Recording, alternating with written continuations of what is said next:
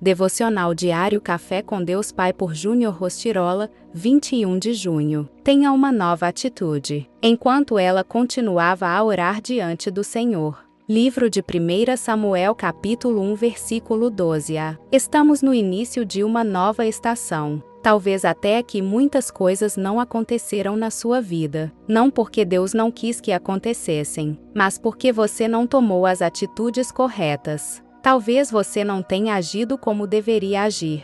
Então, se você não está colhendo o que sonhou, mude as sementes. Se hoje você não está desfrutando de tudo aquilo com que no início do ano sonhou, deixe-me lhe dar uma dica de ouro. Mude as sementes, para você ter novas colheitas. Receber coisas novas. Na passagem citada acima, vemos Ana, que era estéril, tomar uma atitude e fazer algo que até então não havia feito. Sua expressão de choro junto à sua oração demonstravam o quanto sua alma estava amargurada. Ana realmente marcou a sua história, sendo mãe de Samuel, o qual foi fundamental para a ascensão da monarquia em Israel e para que a família que futuramente geraria Jesus fosse colocada em foco. Mas antes disso ela foi estéril por anos, sofrendo calada, até tomar uma atitude e expressar a sua aflição diante do Pai. Então, lhe pergunto, você já expressou a Deus toda essa frustração que tem vivido até aqui? É tempo de fazer o que você nunca fez, para viver o que nunca viveu. Tenha uma ousada atitude de fé.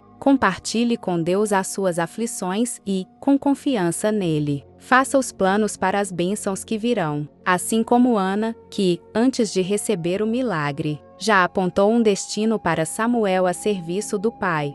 Filho para Ana foi o seu milagre. Ela não desistiu e não perdeu a fé. Então, ainda há tempo para você alcançar o seu milagre. É hora de lançar novas sementes de fé. Frase do dia: a atitude da honra tem a capacidade de alterar o nosso destino. Leitura bíblica.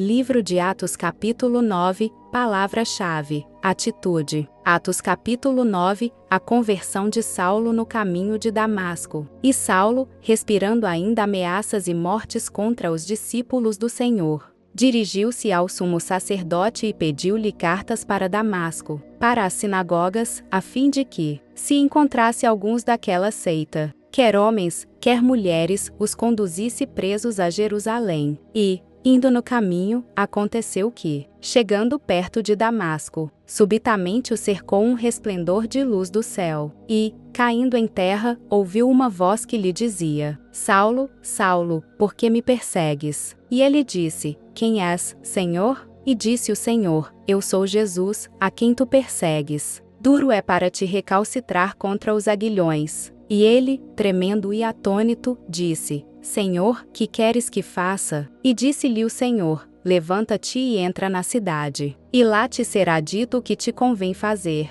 E os varões, que iam com ele, pararam espantados, ouvindo a voz, mas não vendo ninguém. E Saulo levantou-se da terra e, abrindo os olhos, não via ninguém. E, guiando pela mão, o conduziram a Damasco. E esteve 3 dias sem ver, e não comeu, nem bebeu. E havia em Damasco um certo discípulo chamado Ananias. E disse-lhe o Senhor em visão: Ananias. E ele respondeu: Eis-me aqui, Senhor. E disse-lhe o Senhor: Levanta-te, e vai à rua chamada direita, e pergunta em casa de Judas por um homem de Tarso chamado Saulo, pois eis que ele está orando. E numa visão ele viu que entrava um homem, chamado Ananias, e punha sobre ele a mão, para que tornasse a ver. E respondeu Ananias: Senhor, de muitos ouvi acerca deste homem. Quantos males tem feito aos teus santos em Jerusalém, e aqui tem poder dos principais, dos sacerdotes para prender a todos os que invocam o teu nome. Disse-lhe, porém, o Senhor: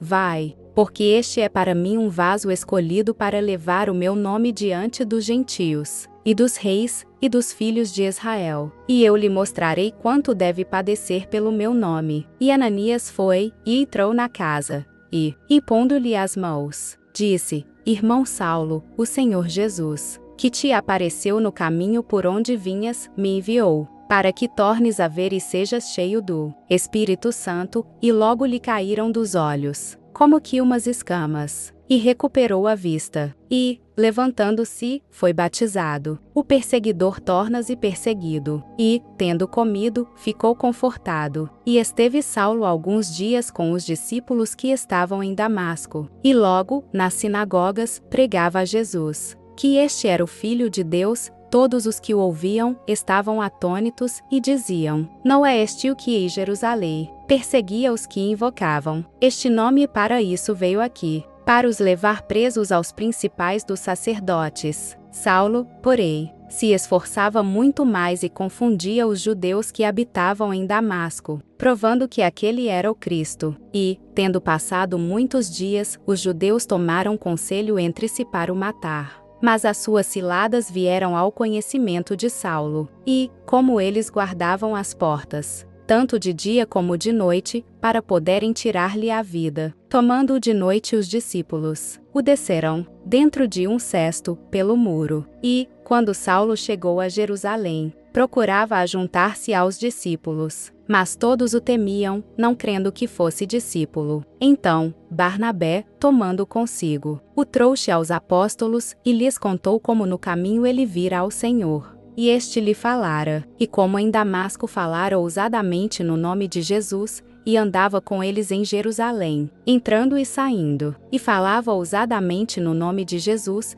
falava e disputava também contra os gregos. Mas eles procuravam matá-lo. Sabendo-o, porém, os irmãos o acompanharam até Cesareia e o enviaram a Tarso. Assim, pois, as igrejas em toda a Judeia, e Galileia, e Samaria tinham paz e eram edificadas, e se multiplicavam, andando no temor do Senhor e na consolação do Espírito Santo, a cura de Enéas, a ressurreição de Tabita. E aconteceu que, passando Pedro por toda parte, veio também aos santos que habitavam em Lida, e achou ali certo homem chamado Enéas, jazendo numa cama havia 8 anos, o qual era paralítico. E disse-lhe Pedro: Enéas, Jesus Cristo te dá saúde. Levanta-te e faze a tua cama. E logo se levantou. E viram-no todos os que habitavam em Lida e Sarona, os quais se converteram ao Senhor. E havia em Jope uma discípula chamada Tabita, que, traduzido, se diz Dóocas.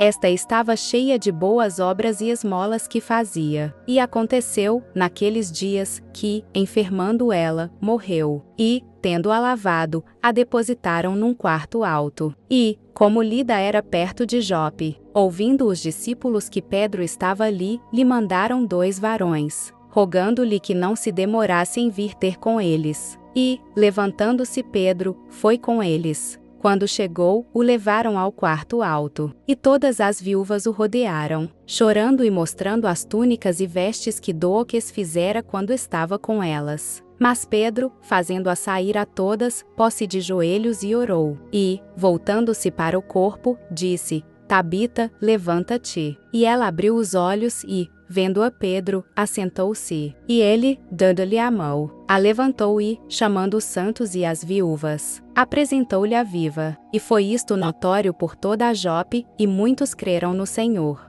E ficou muitos dias em Jope, com um certo Simão, curtidor.